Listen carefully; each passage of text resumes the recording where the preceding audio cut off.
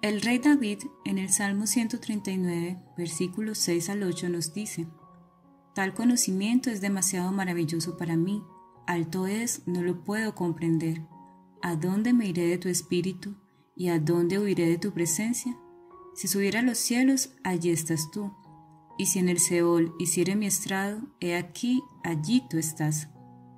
Hermanos, hemos de maravillarnos nosotros también porque creemos en ese mismo Dios, creador de todas las cosas, nuestro Salvador y sustentador. Les invito a escuchar las notas de la hermana Elena de White para la lección 8. Sábado 16 de mayo. La creación, el Génesis como pilar, parte 1. En la actualidad, los hombres aseveran que las enseñanzas de Cristo con respecto a Dios no pueden verificarse por medio de las maravillas del mundo natural, porque la naturaleza no se halla en armonía con el Antiguo y Nuevo Testamento. Esta supuesta falta de conformidad entre aquella y la ciencia no existe. La palabra del Dios de los cielos no concuerda con la ciencia humana, pero está en perfecto acuerdo con su propia ciencia creada. El Dios vivo merece nuestro pensamiento, nuestra alabanza, nuestra adoración como creador del mundo, como creador del hombre. Debemos alabar a Dios porque fuimos maravillosamente hechos. Él no ignoró nuestra esencia cuando fuimos formados en secreto. Sus ojos vieron nuestro ser, aun siendo imperfectos, y en su libro fueron escritos todos nuestros miembros, cuando sin embargo no existía ninguno de ellos. Él sopló en nuestra nariz el aliento de vida. La inspiración de Dios nos ha dado entendimiento. Alza tus ojos, página 276. La doctrina de la encarnación de Cristo es un misterio, el misterio que había estado oculto desde los siglos y edades. Colosenses 1:26. Es el misterio grande y profundo de la piedad. Aquel Verbo fue hecho carne y habitó entre nosotros. Cristo tomó sobre sí la naturaleza humana, una naturaleza inferior a la suya que era celestial. Nada demuestra como esto la incomprensible condescendencia de Dios. Cristo no tomó la naturaleza humana como un disfraz, la adoptó de veras. En realidad poseyó una naturaleza humana.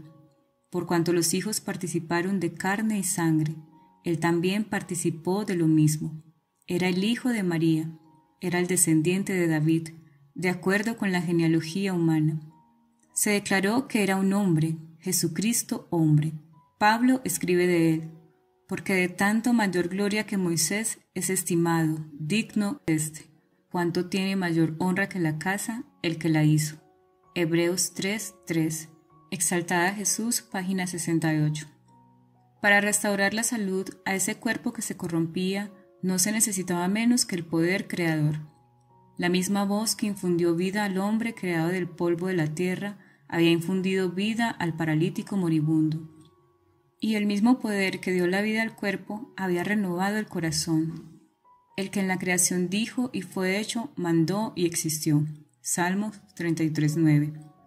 Había infundido por su palabra vida al alma muerta en delitos y pecados. La curación del cuerpo era una evidencia del poder que había renovado el corazón. Cristo ordenó al paralítico que se levantase y anduviese, para que sepáis, dijo, que el Hijo del Hombre tiene potestad en la tierra de perdonar pecados. Jesús vino para deshacer las obras del diablo. En él estaba la vida, y él dice: yo he venido para que tengan vida y para que la tengan en abundancia. Él es un espíritu vivificante. Primera de Juan 3:8, Juan 1:4 y 10:10, Primera de Corintios 15:45. Y tiene todavía el mismo poder vivificante que mientras estaba en la tierra, sanaba a los enfermos y perdonaba al pecador. El deseado de todas las gentes, páginas 235-236.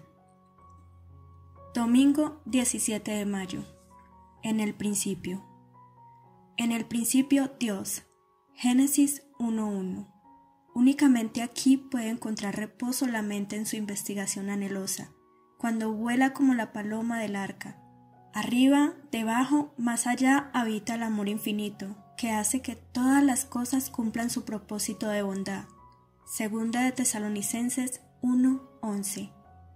Porque las cosas de Él, su eterno poder y deidad se hacen claramente visibles por medio de las cosas hechas. Romanos 1:20. Pero su testimonio solo puede ser entendido con la ayuda del Divino Maestro.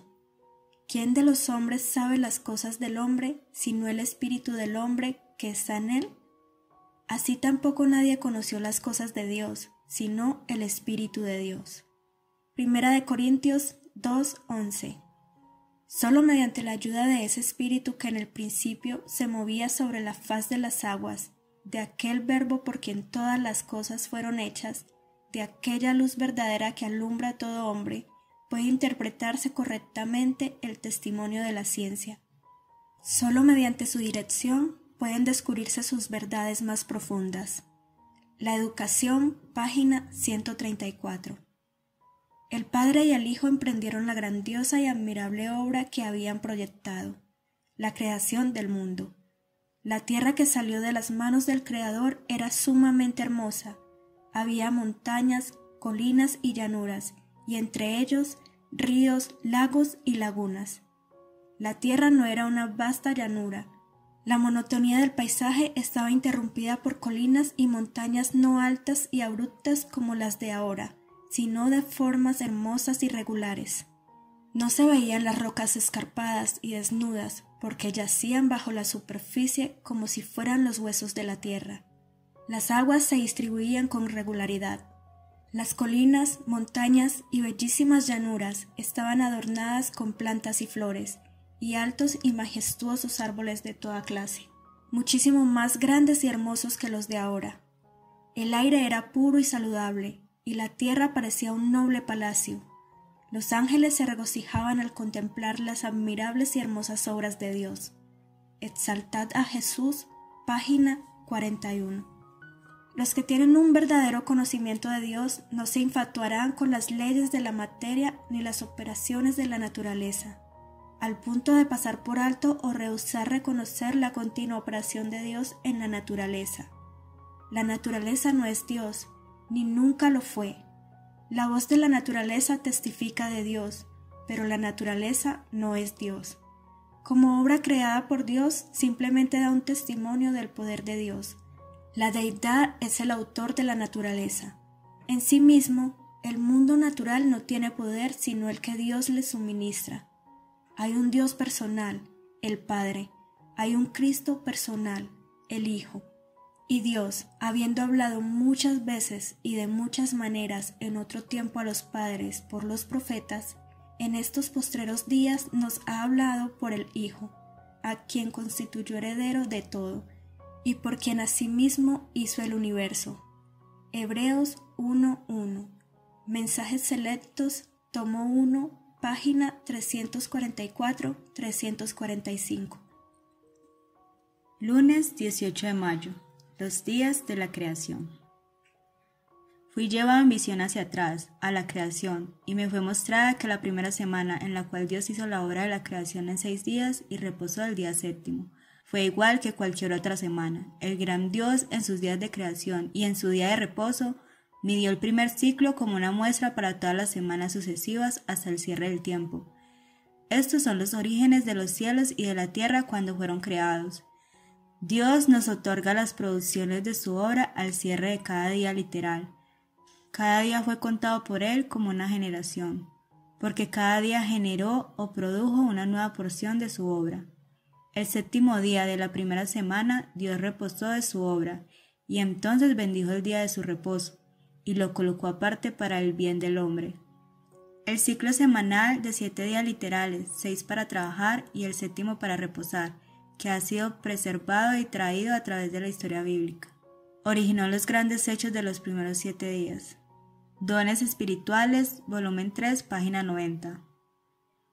La suposición infiel que pretende que los acontecimientos de la primera semana requirieron 7 periodos largos y de duración indefinida, atenta directamente contra el fundamento del sábado del cuarto mandamiento.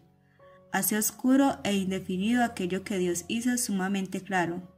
Es la peor clase de infidelidad, porque para muchos que pretenden creer el relato de la creación es infidelidad encubierta.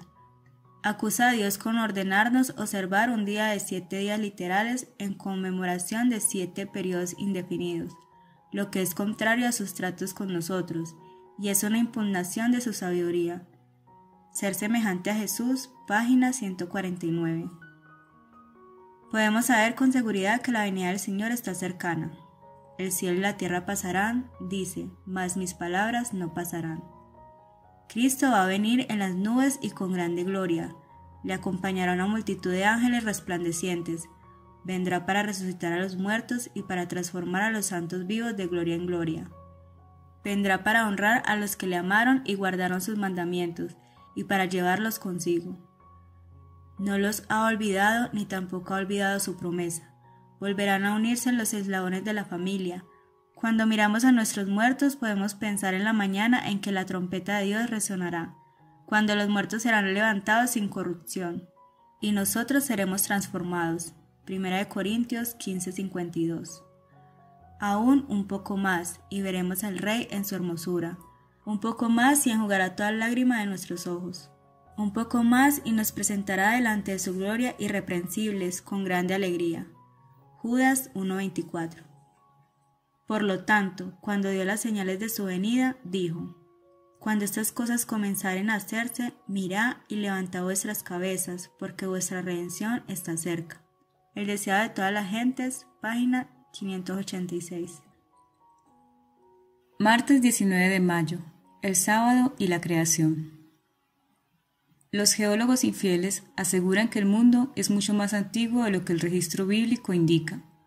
Rechazan el testimonio de la Biblia debido a que contiene elementos que para ellos no son evidencias tomadas de la misma tierra de que el mundo ha existido durante decenas de miles de años.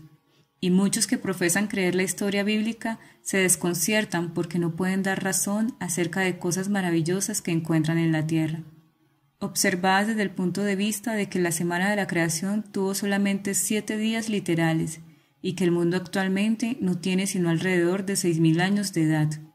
Estos, para librarse de las dificultades arrojadas en su camino por los geólogos infieles, adoptan el punto de vista de que los 6 días de la creación fueron 6 periodos vastos, indefinidos, y que el día de descanso de Dios fue otro periodo indefinido, haciendo absurdo el 4º mandamiento de la santa ley de Dios.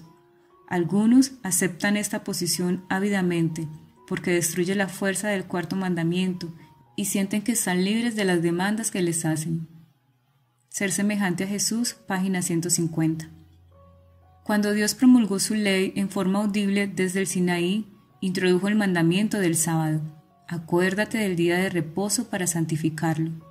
Luego declaró inequívocamente lo que se debe hacer durante los primeros 6 días y qué se debe hacer en el 7º.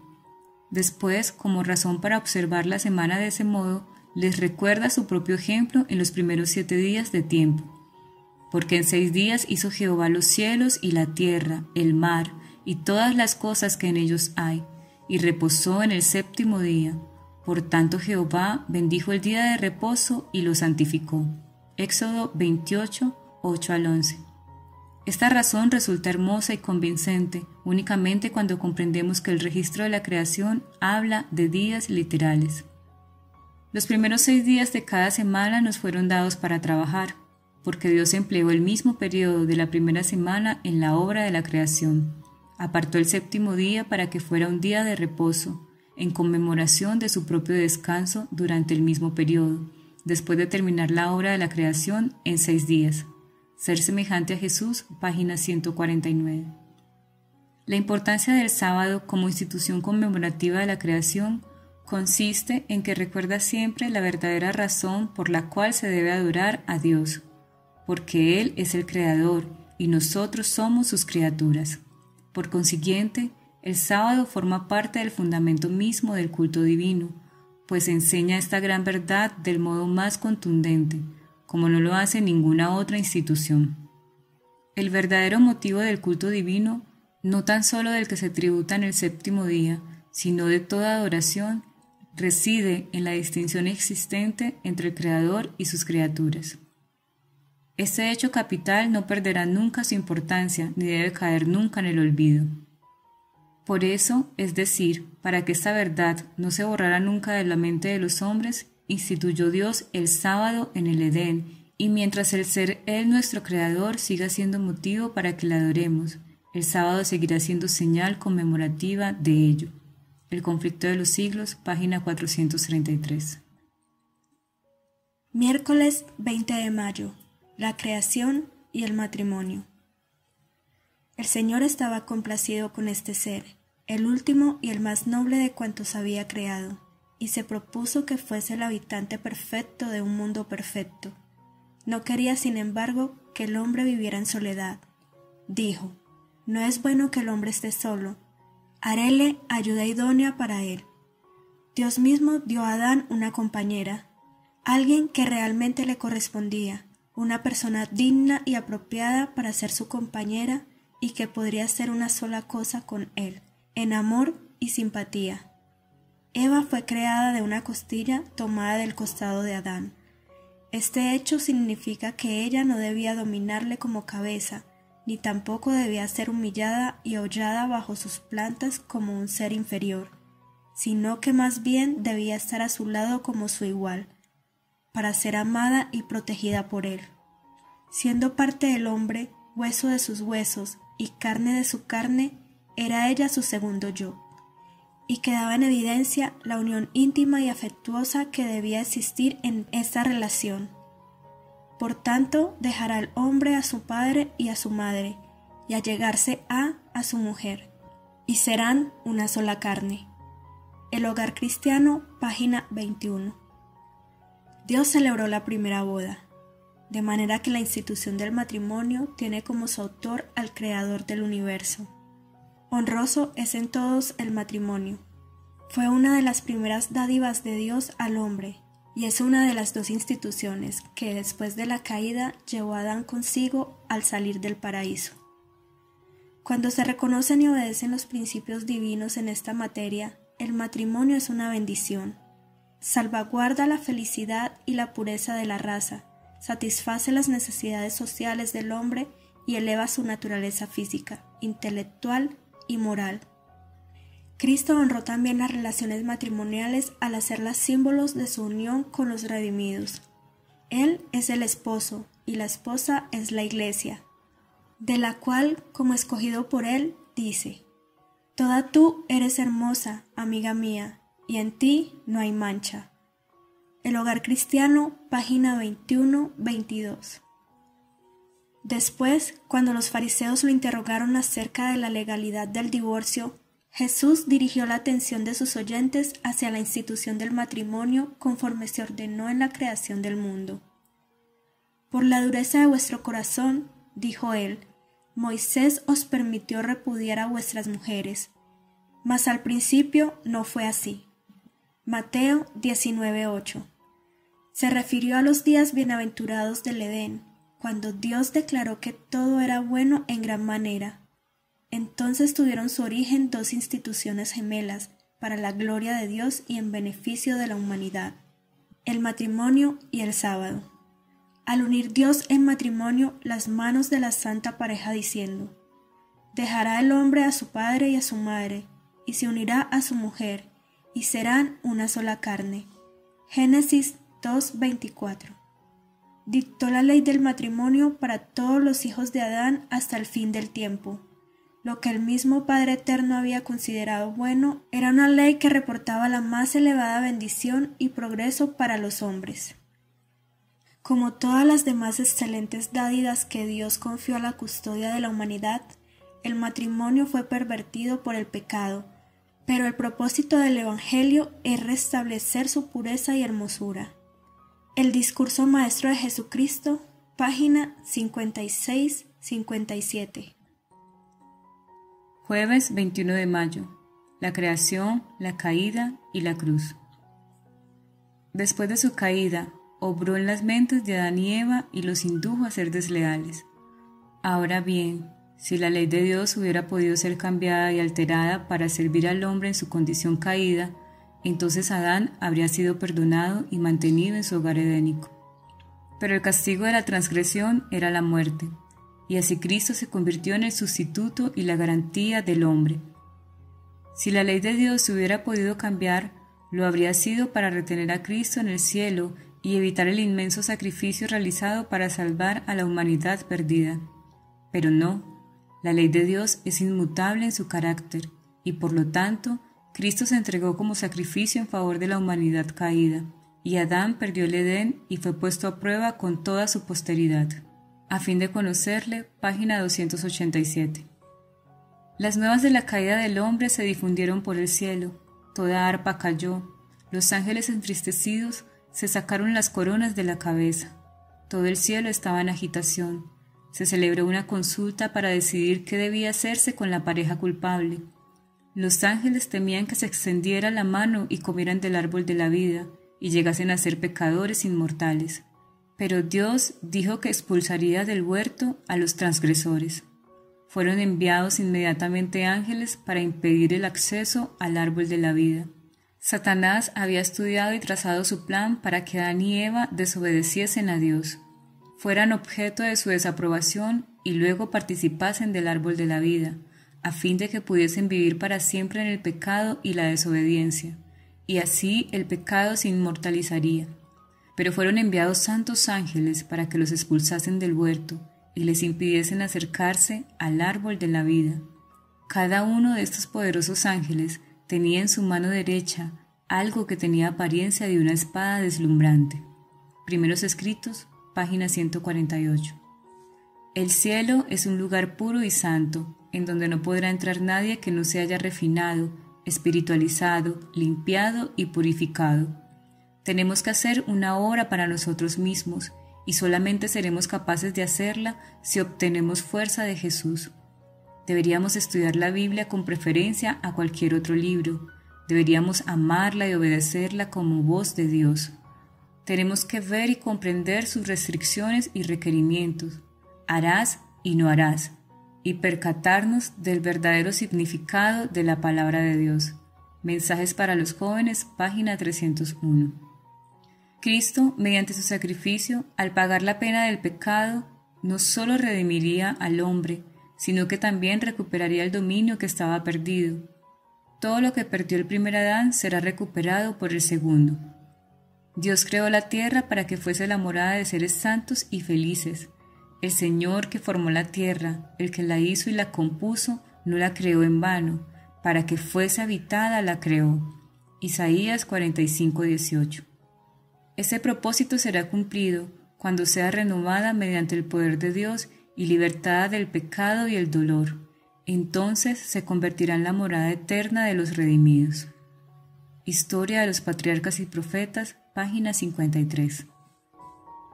Te alabaré porque formidables, maravillosas son tus obras. Estoy maravillado y mi alma lo sabe muy bien.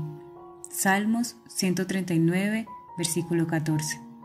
Hermanos, aún en medio de todo este caos que nos rodea, dediquemos tiempo a alabar y maravillarnos en las obras de aquel que pronto vendrá en gloria, por todos los que ahora preparan su corazón para recibirle. Dios les bendiga.